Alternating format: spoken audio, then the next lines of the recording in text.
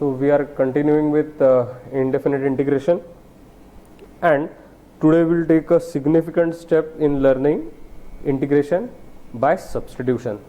तो आज से साधा इंटीग्रेशन बंद हो गया, अभी ये इंटीग्रेशन बाय सब्सटीट्यूशन. तो इंटीग्रेशन बाय सब्सटीट्यूशन ये आपने देखा होगा स्टेट बोर्ड में कि ये सबसे इम्पॉर्टेंट ऐसा प्रॉब्लम टाइप है. क्यों? क्योंकि इससे आप लोगों का पूरा आगे का इंटीग्रेशन शेप होता है. सबसे इम्पॉर्टेंट सब्सटीट्यूशन मेथड इसलिए रहती है क्योंकि सब्सटीट्यूशन ढूंढना भी बहुत मुश्किल रहता है. सब्सटीट्यूशन कैसे करते हैं टर्म को? You need to substitute a term whose derivative is present. यानी ये टर्म है, उसका बाजू में डेरिवेटिव प्रेजेंट रहना चाहिए. अगर उसका डेरिवेटिव प्रेजेंट है तो आप सब्सटीट्यूट कर सकते हो. बहुत से बारे में तो वो डेरिवेटिव दिखता भी नहीं. जब प्रॉब्लम टाइप कॉम्प्लिकेटेड होते जाते हैं तो अपने को एकदम से समझ में नहीं आता.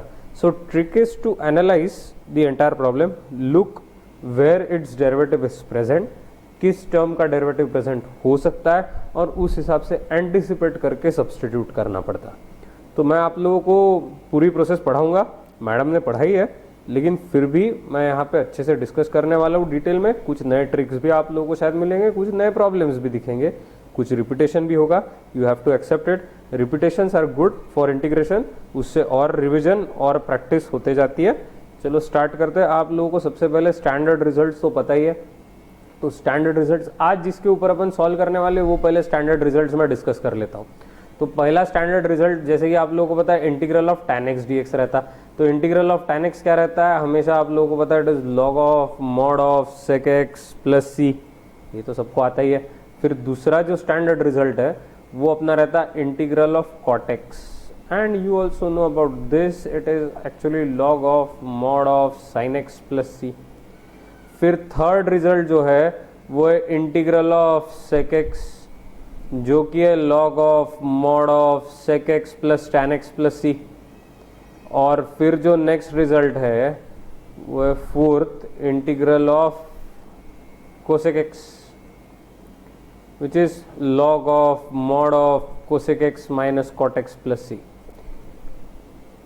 एक तरीके से इंटीग्रल ऑफ sec x और इंटीग्रल ऑफ cosec x के दो ऑक्सिलरी रिजल्ट्स भी आते हैं जिनके बारे में आप लोगों को शायद पता हो.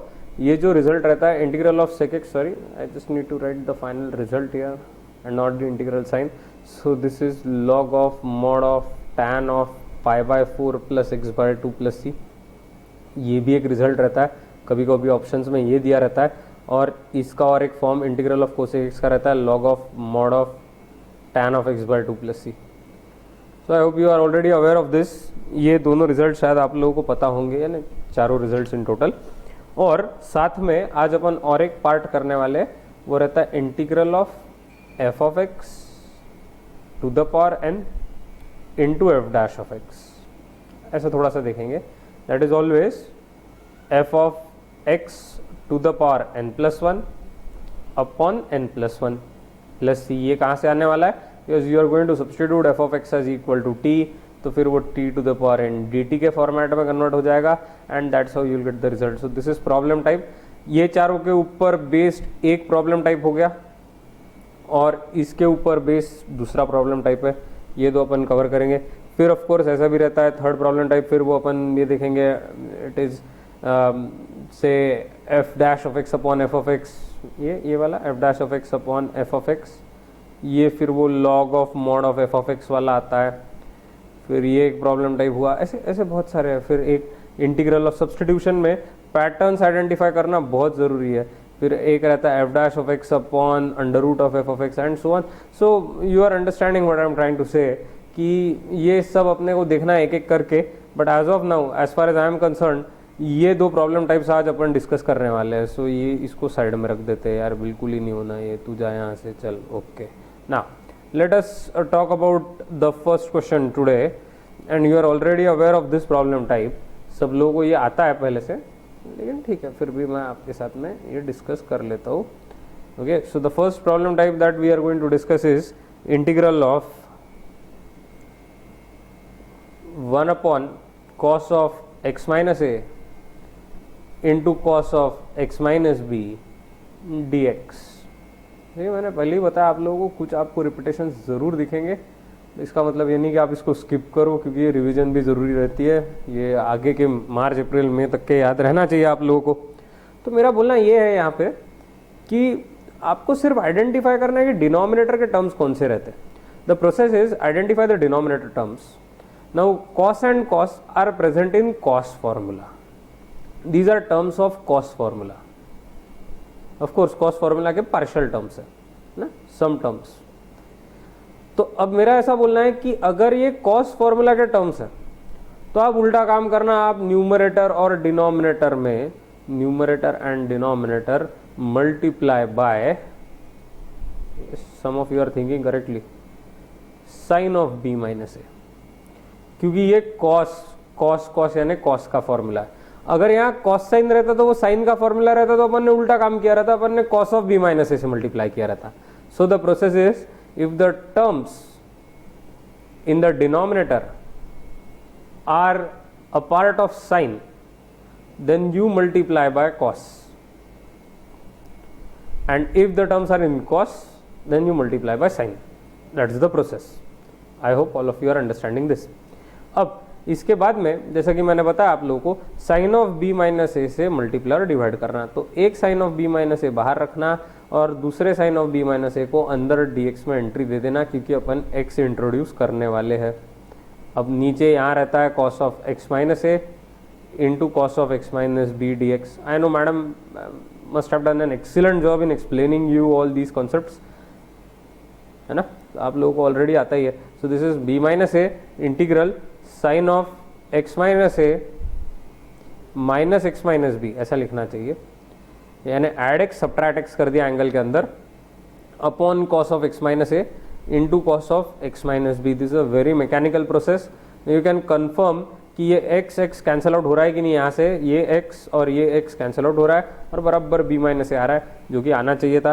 यानी जो अपन कर रहे हैं वो एकदम सही है। मुझे यहाँ पे एक लाइन खींचने दो यार पहले अच्छे से, चलो यहाँ खींच लेता हूँ मैं। Okay okay okay okay okay, चलो ठीक है, नॉट बैड। ओके ना, नेक्स्ट पार्ट अभी अपन क्या करेंगे यहाँ पे, will just expand this. So 1 upon sine of B minus a into integral, ये आएगा sine of x minus a into cos of x minus b minus cos of x minus a into sine of x minus b upon individually divide cos of x minus a into cos of x minus b, ये भी cos of x minus a into cos of x minus b, और बाजू में ये side hero D x, ये रखना ही है।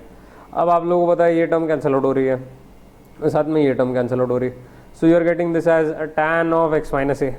अब tan of x minus A यानी क्या रहता है, it is log of mod, चलो लिख लेते हैं 1 अपॉन मैं इधर लिख लेता हूँ 1 upon sine of B minus a is outside, you are left with integral of tan of x minus a minus tan of x minus b d x.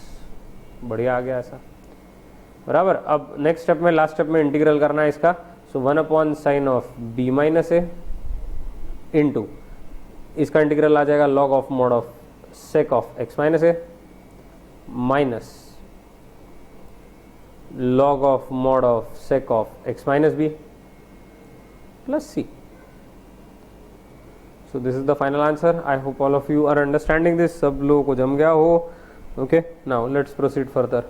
So next question is question number 2. Maximum लोगों ने तो शायद पहले ही खुद से ही solve कर लिया होगा, ऐसा अज्यूम करके अपन आगे बढ़ रहे हैं. So question number 2 is going to be, let's improve the level here a little bit more.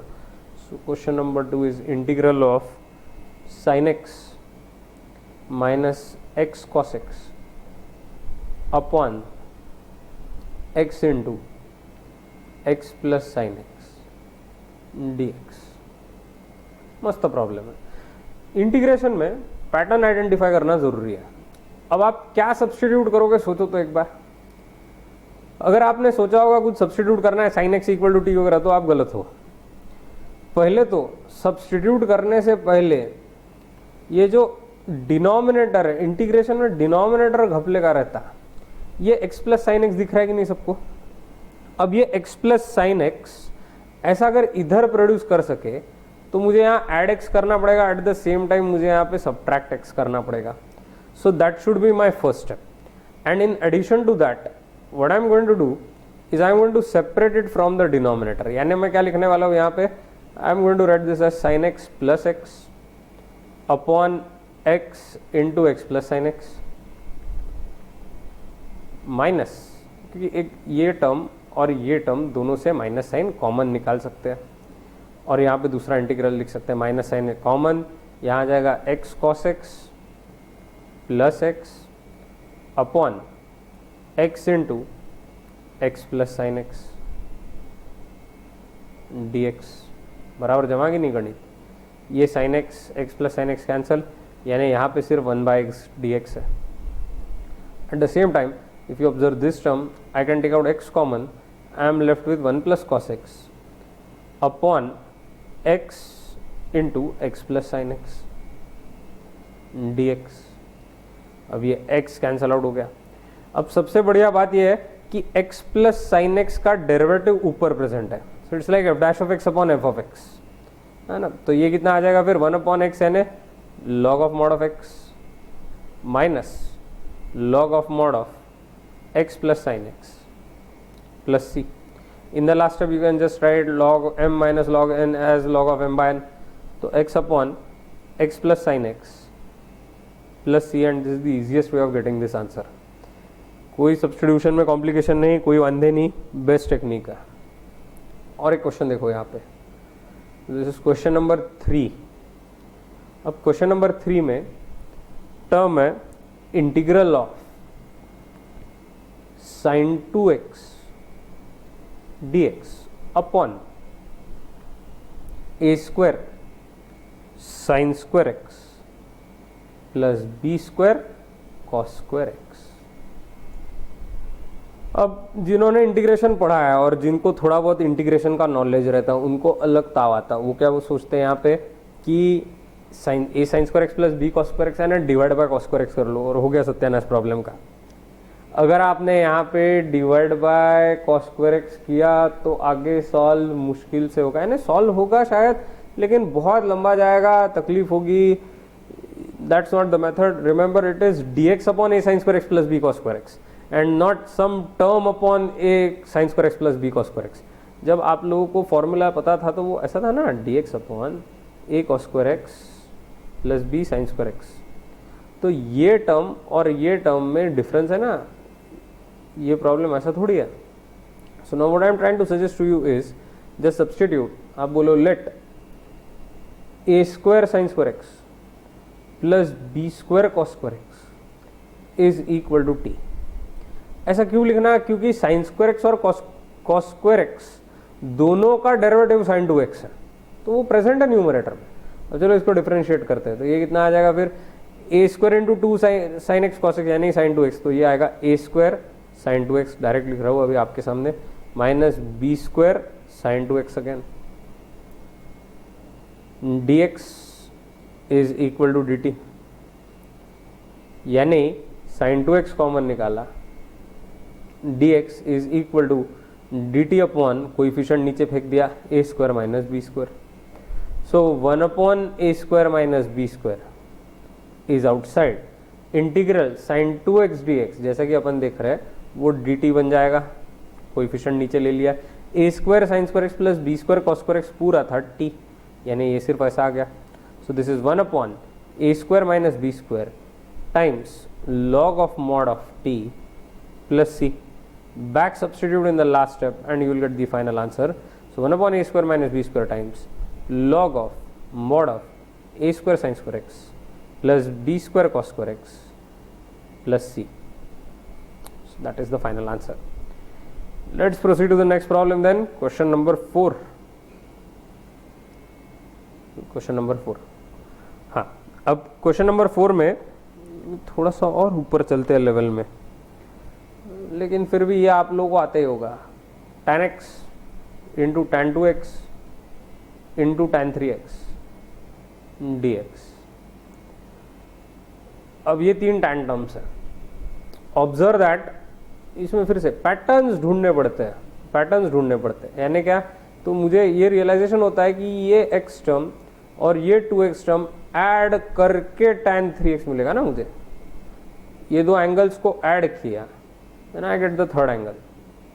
So if I want a relation between these three, I can start with tan 3x is equal to tan of x plus 2x. That is equivalent to tan x plus tan 2x upon 1 minus tan x tan 2x. और ये tan 3x term यहाँ है। Now what we are going to do is transfer this term to LHS and expand. तो ये आ जाएगा tan 3x minus tan 3x into tan 2x into tan x, and that is equal to tan x plus tan 2x. Now this is the term that we want. ये term अपने को चाहिए, ये term integral में present है, तो इसको अपन फेंकेंगे यहाँ पे और ये दो टर्म्स को शिफ्ट करेंगे LHS पे। तो अपने पास में जो टर्म आती है वो ऐसी है, tan 3x into tan 2x into tan x is nothing but, sorry, tan x is nothing but tan 3x minus tan 2x minus tan x। जब अपन ने ये दो टर्म्स को इधर फेंक दिया तो ऐसा आएगा कि नहीं, देख लो। Okay, now replace the integral term with these three terms, यानी ये आ जाएगा integral of tan 3x minus tan 2x minus tan x, ये उसका इक्विवेलेंट है क्योंकि अब ये तीनों स्टैंडर्ड रिजल्ट फॉर्मेट में।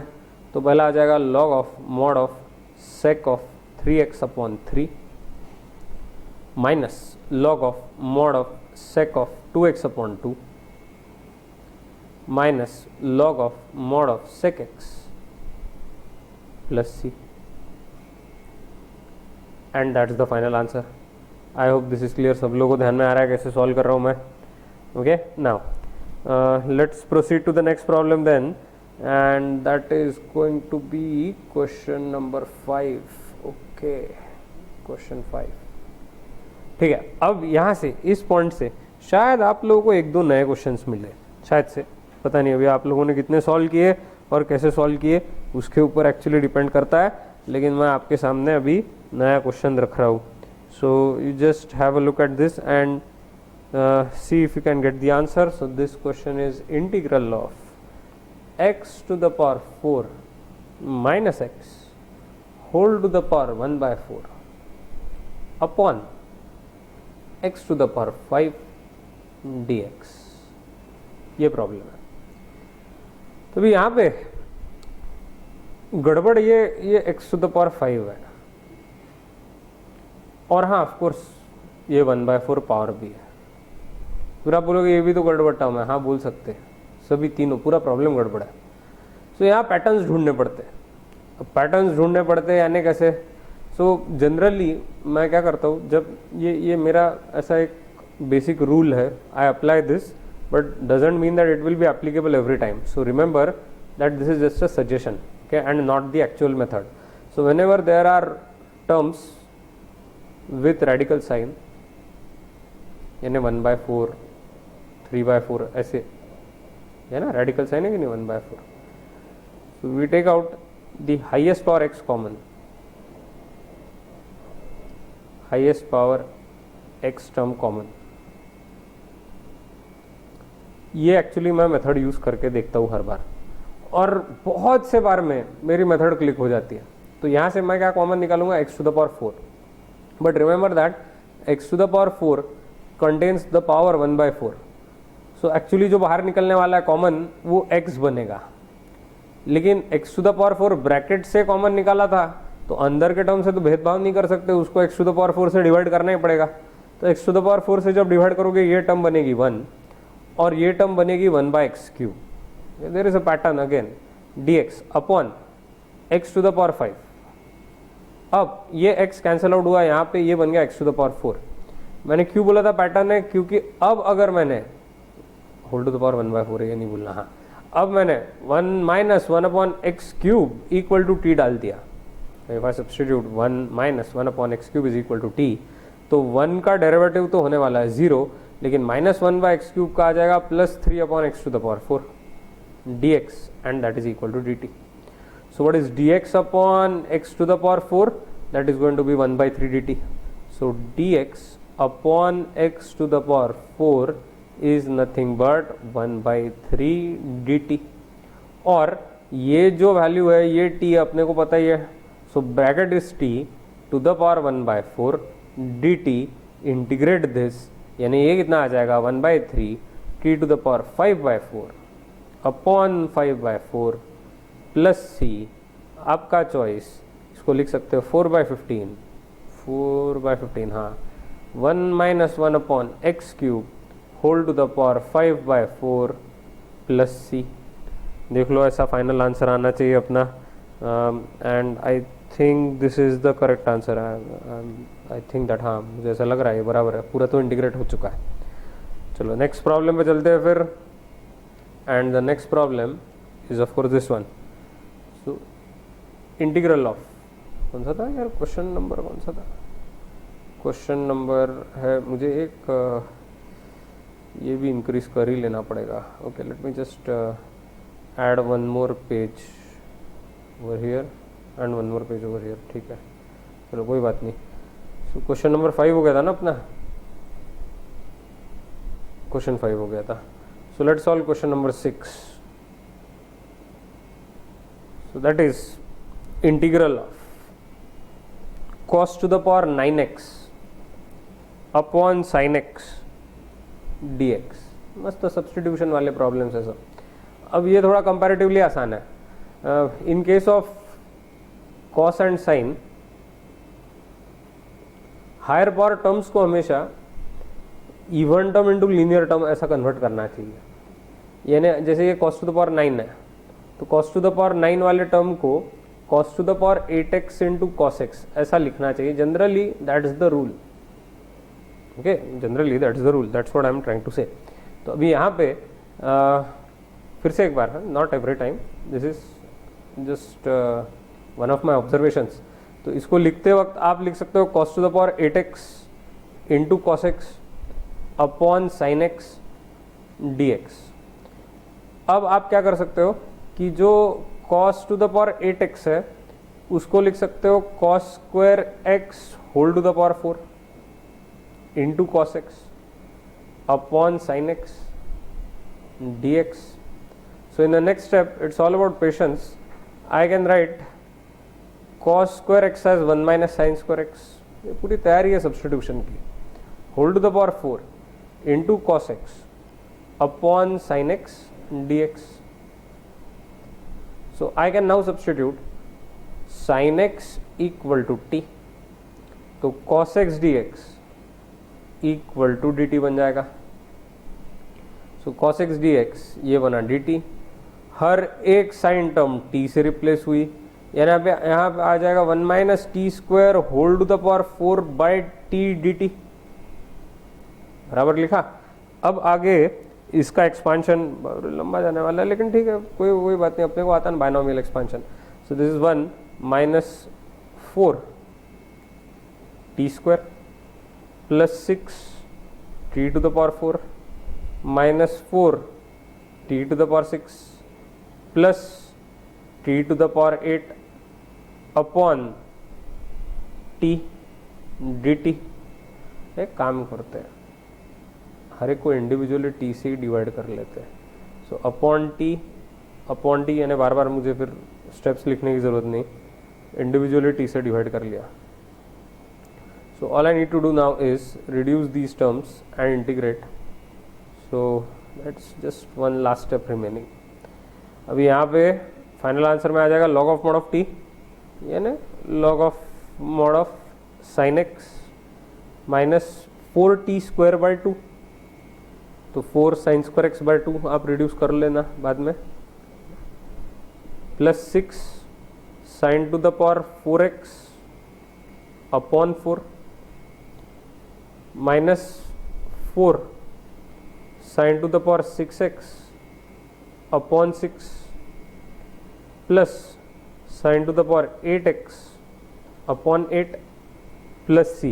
अब मुझे तो लग रहा है मैंने जो लिखा है वो करेक्ट है. आप एक बार फिर भी चेक कर लेना.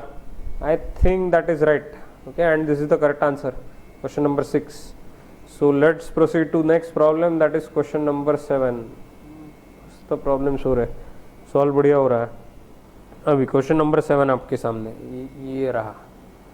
इंटीग्रल ऑफ 1/, दमदार है, फोर्थ रूट ऑफ दमदार एकदम, x minus 1 the whole cube into x plus 2 to the power 5 dx. 1/, fourth root of x minus 1 the whole cube plus x into x plus 2 to the power 5 dx. अब यहाँ पे मैंने तो आप लोगों को बताया था, आपको याद आ रहा होगा कि रेडिकल टर्म दिखी जैसे कि 1/4, तो हाईएस्ट पावर टर्म कॉमन निकाल लेना, ऐसा मैंने बताया था. अब आप बोलोगे सर आपने तो यही बताया था. मैं बोला था this method is applicable most of the times but not every time. हर बार ऐसा नहीं करना. और एक बात मैं आपको बताऊंगा, जहाँ पे भी पॉसिबल हो कि रेडिकल टर्म से पावर कॉमन निकाल के, सुन लो इस स्टेटमेंट को, रेडिकल टर्म से एक आधी हाईएस्ट पावर कॉमन निकाल के बाहर निकाला तो रेडिकल टर्म गायब होनी चाहिए, यानी जो फोर्थ रूट है ये कुछ ना कुछ करके गायब होना चाहिए. So if I just take out x plus 2 to the power 5 outside, then I will be left with x plus 2 to the power 5/4. वो कोई 4 कैंसिल आउट नहीं होगा ना. हाँ, लेकिन अगर मैंने मैनेज किया कि x plus 2 to the power 8 बाहर निकाल लूँ, सपोज एक एग्जाम्पल दे रहा हूँ मैं, अपॉन 4 रहेगा तो वो होल स्क्वायर बन के यहाँ से रेडिकल साइन एलिमिनेट होगी. तो इसके लिए ये जो 5 टर्म है इसको मुझे 8 करना जरूरी है. अब ये 8 एक तरीके से हो सकता है, देखो कैसे. This is integral of 1/4 root of, कि 5 के बाद जो 4 से डिविजिबल था वो टर्म 8 है, इसलिए मैं 8 बोल रहा था. ऐसे ही कोई फालतू लॉजिक नहीं लगा रहा हूँ. ये देखो, ये x minus 1 the whole cube है into what I am trying to say is this is x plus 2 to the power 8. मैंने क्या किया यहाँ सिर्फ adjustment, x plus 2 the whole cube, देखो बराबर है कि नहीं. ये क्यूब इस 8 पावर के साथ कैंसिल आउट होकर 5th पावर बराबर मिलेगी. तो ये जो लिखा हुआ है वो बिल्कुल सही है, कोई तकलीफ नहीं. एंड ऑफ कोर्स dx बाजू में. अब यहाँ से ये टर्म बाहर अगर निकाली अपन ने फोर्थ रूट से तो वो कैंसिल आउट होके सेकंड पावर मिलेगी, यानी अपने पास में जो टर्म आती है वो ऐसी आएगी 1/, just have a look here, x plus 2 the whole square, this is free of radical sign. इसको एक फ्रैक्शन ले सकते हैं क्योंकि इसकी पावर 3 है, ये भी 3 पावर है, तो इसको अपन ऐसा लिख सकते हैं x minus 1 upon x plus 2 whole to the power 3/4. Why whole to the power 3/4? क्योंकि देखो यहाँ क्यूब है और ये फोर्थ रूट है, so whole to the power 3/4 and dx of course. Now the only way with which you can solve the problem is by substituting this x minus 1 upon x plus 2 equal to t. डाल देना बिंदास आंख बंद करके. क्यों ऐसा लिखा मैंने? क्योंकि कोशेंट रूल में डिनोमिनेटर में होल स्क्वायर आता. अब यहाँ कोशेंट रूल लगाया इन दोनों पे तो काम जमेगा ना, ऐसा कोशेंट रूल इधर लगाना चाहिए. So x minus 1 upon x plus 2 is equal to t. Substitute किया, ये आ जाएगा x plus 2 into x minus 1 का डेरिवेटिव 1 माइनस ऑफ, अब यहाँ आएगा x minus 1 और उसका डेरिवेटिव हो जाएगा 1 फिर से, upon x plus 2 the whole square dx is equal to dt. यानी x कैंसिल आउट हो गया और ये 2 plus 1 यानी बना 3, तो 3 की एडजस्टमेंट लेनी पड़ेगी. यानी मेरे पास में आएगा, चलो लिख लेता हूँ मैं आप लोगों के लिए, 1/x plus 2 the whole square dx is nothing but dt/3. अब 1/3 ये आउटसाइड रहेगा, अंदर बचेगा इंटीग्रल ऑफ, देखो मस्त टर्म्स आ गए. अब ये कैसे हाईलाइट करूँ क्या मैं इसको? ठीक है, okay. So what I am trying to say is this entire term is actually dt. ये dt बन गया, 1/3 dt है, अपॉन ये जो टर्म है, अब क्या रंग बिरंगी कर दूँ क्या इसको? चलो आप लोगों के लिए ये भी कर देता हूँ, ये पेन लेते हैं. हाँ, so this term is nothing but t to the power 3/4. उसको t डाला है ना, so t to the power 3/4. अब इसका इंटीग्रल क्या आ जाएगा? 1/3 into t to the power 1/4 upon 1/4 plus c. बराबर लगाया क्या मैंने? हाँ शायद बराबर ही लगा होगा, अभी तो चेक नहीं किया मैंने. फाइनल आंसर आ जाएगा 4/3 इंटू टी की value x minus 1 upon x plus 2 whole to the power 1/4 plus c this is the final answer. I hope you have understood this problem. कैसे सॉल्व करना है सबको ध्यान में आया होगा, hopefully all of you must have got it. Okay, now this where we'll let's have one last, चलो आज कोई बात नहीं, एक आखिरी वाला। अरे इंटीग्रल साइन भी तैयार है इधर, वो पेजेस साइड किए थे मैंने, वहाँ से एक इंटीग्रल साइन आ गई, कोई बात नहीं। So question number 8, last question, integral of 1 upon under root of sine cube x into sine of x plus alpha d x. अरे ये हमने स्टेट बोर्ड में भी सॉल्व किया, चुप बैठो, कोई बात नहीं, स्टेट बोर्ड में सॉल्व किया है तो भी और एक बार कर लो, इतना क्या बुरा मानना ना, उसमें सब कुछ आ जाता है बराबर, फिर रिवाइज हो जाता। सो what I will suggest to you is, again ये साइन क्यूब एक्स है, फिर से एक बार यहाँ स्क्वायर रूट है, ये अगर फोर्थ पावर बन जाए तो अलग मजा आएगी कि नहीं। तो ये फोर्थ पावर बनाने के लिए इस टर्म को एक्सपांड करना पड़ेगा। To make this term into fourth power you need to expand this term. So 3a power नहीं 4 पे जमना चाहिए ना, स्क्वायर रूट के साथ रेडिकल टर्म कैंसिल आउट होती है ना। dx upon under root of sine cube x into, चलो यहाँ लगाते हैं, sine x cos alpha plus cos x sine alpha. Now we will take sine x outside, तो ऑफ कोर्स यहाँ बनेगा integral of d x upon under root of sine to the power 4x, क्योंकि outside लिया, cos alpha plus यहाँ sine x term थी नहीं तो cos x से sin x डिवाइड हो जाएगा, यानी वो बन जाएगा cot x और sin अल्फा। अब नेक्स्ट स्टेप में, थोड़ा सा अजीब पेन लग रहा है यार मुझे, एकदम से जम नहीं रहा इससे, हाँ ये ले लो। Okay, so 1 upon sine to the power 4x का स्क्वायर रूट यानी 1 अपॉन साइन स्क्वायर एक्स यानी कोसेक स्क्वायर एक्स बन गया। So this is integral cosec square x dx upon under root of cos alpha plus cot x sin alpha. Now substitute cos alpha plus cot x sin alpha as equal to t. Now if you substitute this term as equal to t, derivative of cos alpha is 0, sin alpha as it is into minus cosec square alpha minus cosec square x dx is equal to dt. तो cosec square x D x की जो value है वो आ जाएगी -1 upon sine alpha, और यहाँ D T रहेगा, ये रिप्लेस हो गया देखो -1 upon sine alpha d t से। So this is d t upon root t, ये पूरा रूट टी था। Now d t upon root t is always 2 root t, you are aware of that. So -1 upon sine alpha into 2 root t यानी under root of पूरा वो term cos alpha plus cot x sin alpha and finally plus c. So I think again I have solved this correctly, hopefully फिर से एक बार मैंने बराबर solve किया हो शायद, and this is where I am going to end the class। तो सब लोगों के दिमाग में यही होगा कि अरे वो एप्टीट्यूड क्वेश्चन का आंसर कैसे, जो कल मैंने आप लोगों को दिया था, तो उसका आंसर कुछ कॉम्प्लिकेटेड नहीं, काफ़ी आसान था। लेकिन पहले अपन बात कर लेते हैं। सबसे पहले मैंने आप लोगों को ये बताया था कि जो मनी अर्नड है by selling cows, that is a perfect square. क्योंकि मैंने एक्स स्क्वायर बताया था आप लोगों को, वो वैल्यू आती है, वो याद होगा आप लोगों को। So x square dollars is the money that you will earn by selling x number of cows.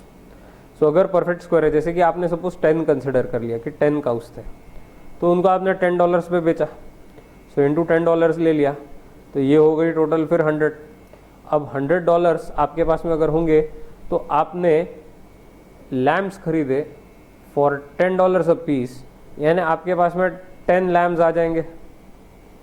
Now if you have 10 lamps, you have no money left to buy, ये तो बोल रहा है little left over, but you have no money left now to buy a kid goat. So 10 तो answer है ही नहीं, in fact 10 से divisible एक भी नंबर अपना आंसर नहीं रह सकता। फिर आप कंसिडर कर सकते हो कि सपोज 15 काउस थे, एक एग्जांपल ले रहा हूँ मैं, ये ट्रायल एंड एरर है ना, उसने बोला था कि वो ट्रायल एंड एरर का एक पैटर्न इमर्ज होता, तो ये पैटर्न कैसे इमर्ज होगा वो अपन देखते हैं कि $15 थे। अब अगर अपन ने बोला कि 15 cows they were sold at, कौन सी इंग्लिश यूज कर रहा हूँ मैं, they were sold at $15 each, you are going to earn $225 from it. अब इसमें आपने खरीद लिए 22 लैम्प्स। कल का मेरा एक्सप्लेनेशन याद करना, मैंने क्या बताया था आप लोगों को कि ये जो लैम्प का नंबर है ये ऑड रहना चाहिए, क्योंकि आपने 22 लैम्प्स और एक किड गोट अगर खरीदी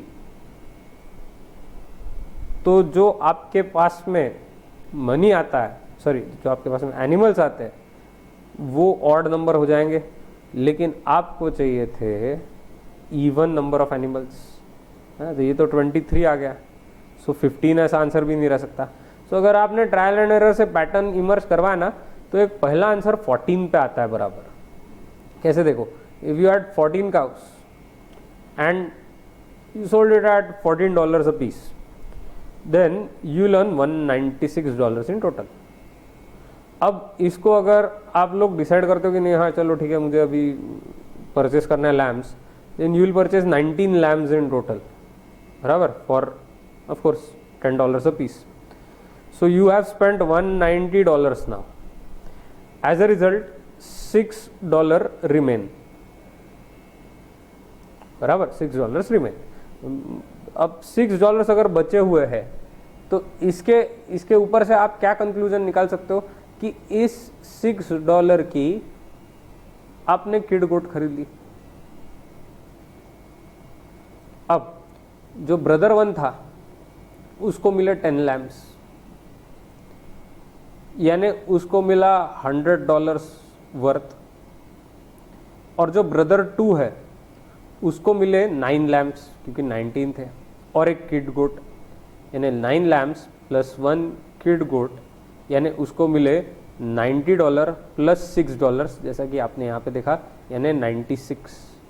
अब वो बोलेगा कि नहीं नहीं ये तो गलत बात हो गई, अभी $96 का परचेस मेरा हुआ और 100 का तुम्हारा हुआ, तो दोनों का इक्वल होना चाहिए। तो ब्रदर 1 ने ब्रदर 2 को $2 एडिशनली देने चाहिए, तब जाके वो बराबर हिसाब होगा। So the correct answer is of course $2। And of course I know already मेरे डॉलर साइन खराब है, लेकिन मैं इंडिया में रहता हूँ तो कोई फ़र्क नहीं पड़ता। Okay, so that's the end of today's class। I hope you enjoyed it and understood it। ठीक है, मिलते हैं नेक्स्ट क्लास में। That's the end।